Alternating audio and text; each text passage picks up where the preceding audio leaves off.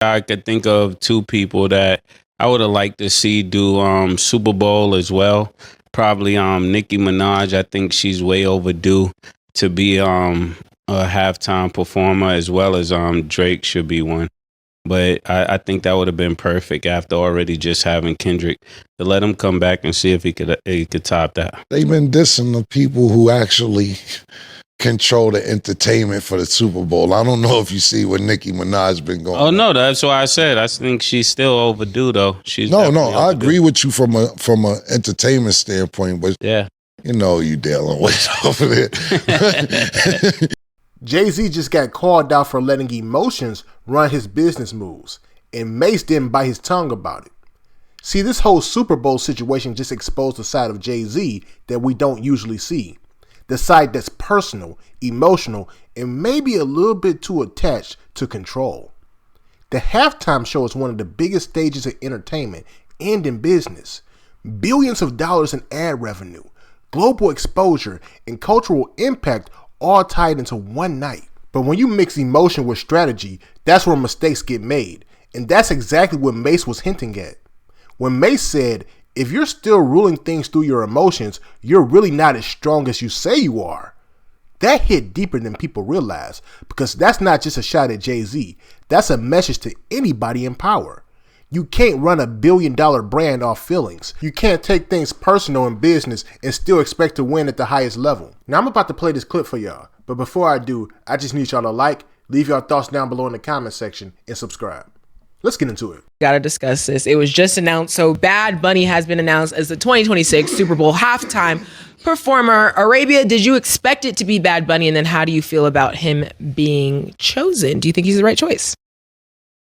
I wouldn't say I necessarily expected it, but I'm not surprised by it. A large portion of this country, I think 1 out of every 5 people in this country is Spanish speaking. We have a very large Hispanic Latino community in the United States. Puerto Rico is part of the United States. So, I'm not surprised. I think this is a really great choice for a lot of Americans who enjoy, his Spanish music. So, good for them. I support it. It's not necessarily, I don't have Bad Bunny in my discography. I don't have him on my Serato, but I love this for the people who do.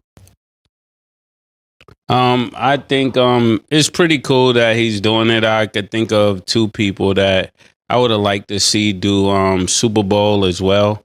Probably Nicki Minaj. I think she's way overdue to be a halftime performer, as well as Drake should be one. But I think that would have been perfect after already just having Kendrick, to let him come back and see if he could top that. Hey, killer. I like your answers. Yeah. They've been dissing the people who actually control the entertainment for the Super Bowl. I don't know if you see what Nicki Minaj been going. Oh no, that's why I said I think she's still overdue though. She's no. definitely I overdue. agree with you from a entertainment standpoint, but Yeah.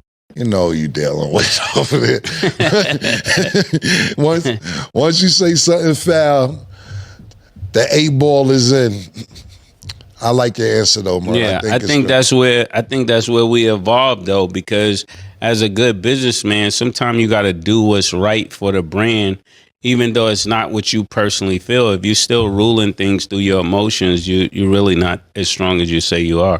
It's time for Nicki Minaj to be a halftime performer. I love that answer. Very good answer. As far as Bad Bunny's concerned, I think he absolutely deserves it. And not just that. I think that you'll have people there who don't like football who just like Bad Bunny. Yeah. You know what I'm saying? So it was a very good choice. And the Spanish culture always shows up in record-breaking numbers. So, and shout out to all of them, because they've done a lot for me. I know they've done a lot for you. Spanish people have been Went to very school in Spanish Harlem, man. Yeah. El Barrio, what up? Fire. Well, I'm excited for Bad Bunny. I actually have a lot of his music in my playlist, especially going to school in Miami. So I think it'll be a great turnout for him. So shout out to Benito. Jay-Z and Mase been throwing little shots at each other for decades, but this time, Mase didn't rap it. He said it plain as day. And the wild part is, he said what a lot of people have been feeling for years. When Mase said the line, if you're still ruling things through your emotions, you're really not as strong as you say you are, that wasn't just a slick comment. That was a mirror being held up to Jay-Z. Because the truth is, Jay-Z has been rumored for years to let personal feelings shape his business moves. From who gets invited to certain events to who gets blackballed from certain stages, that pattern has followed him for a long time. And when you look at this whole Super Bowl situation, it feels like that same energy might be showing up again. We're talking about the biggest stage in the world. Hundreds of millions of eyes watching. A marketing moment that can change somebody's career overnight. And somehow, Jay-Z still hasn't given that stage to one of the greatest rappers ever, Lil Wayne. And let's keep it 100. Wayne doing the Super Bowl in his hometown of New Orleans would have been perfect. He's one of the most decorated artists in hip-hop history. He influenced a whole entire generation. He's got the catalog, the stage presence, and the legacy. That should have been automatic. But instead, we're seeing names like Bad Bunny, who I respect, by the way. He's a massive global superstar, and he deserves it. But you can't tell me somebody like Lil Wayne shouldn't have had that moment in his hometown by now. And this is where Mase's comment really hits home.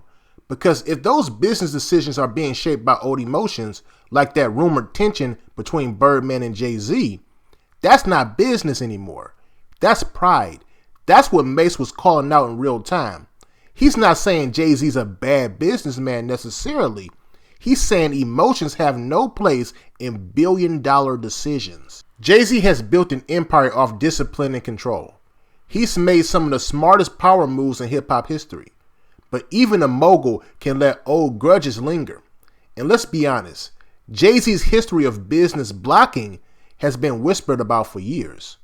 From artists who say their deals got quietly stopped to opportunities that vanished after they fell out with him. Mase is just one of the few artists to say it out loud on camera in that calm, matter-of-fact tone, and it hit different because it came from experience. And you can't ignore the personal history between Jay-Z and Mase. Jay-Z and Mase never really liked each other like that. Jay came at him many years ago on Imaginary Players. That was one of those slick coded disses that Mase never forgot. It set the tone for how they viewed each other, both competitive, both sharp, and both chasing that same top spot. But Mase always felt like Jay carried that competition into everything after. So when Mase calls him out for being emotional in business, that's not random. That's coming from years of watching Jay-Z move in rooms, knowing how personal he can take things. Mase has seen that side of the game firsthand, the part where power and pride start to overlap. What I respect about Mase is how he didn't say it in hate. He said it from a business mindset. Like, yo, if you're going to be the face of the culture, act like it. Don't let your feelings stop you from giving others their shine. That's the kind of message hip-hop needed, because way too often, the industry gets controlled by emotions and not opportunity. Jay-Z's in a position where his decisions impact entire generations of artists. So when people like Mase speak up, it's not hate, it's accountability. He's saying move with power, not pride. Because right now, Jay-Z's got the keys to the biggest cultural stage in the world. And every decision he makes echoes across the game. So yeah, I don't think Mase was attacking Jay-Z. I think he was just challenging him. Sometimes it takes another boss to tell a boss, yo, you might be slipping into ego instead of evolution. And that's what made this story so powerful. Now before I get out of here, I want to ask y'all this. Do you think Jay-Z purposely avoids putting certain artists on big stages because of old personal beefs? And if you were in Jay-Z's shoes, would you finally give somebody like Lil Wayne that Super Bowl moment in New Orleans, or keep it strictly business as usual?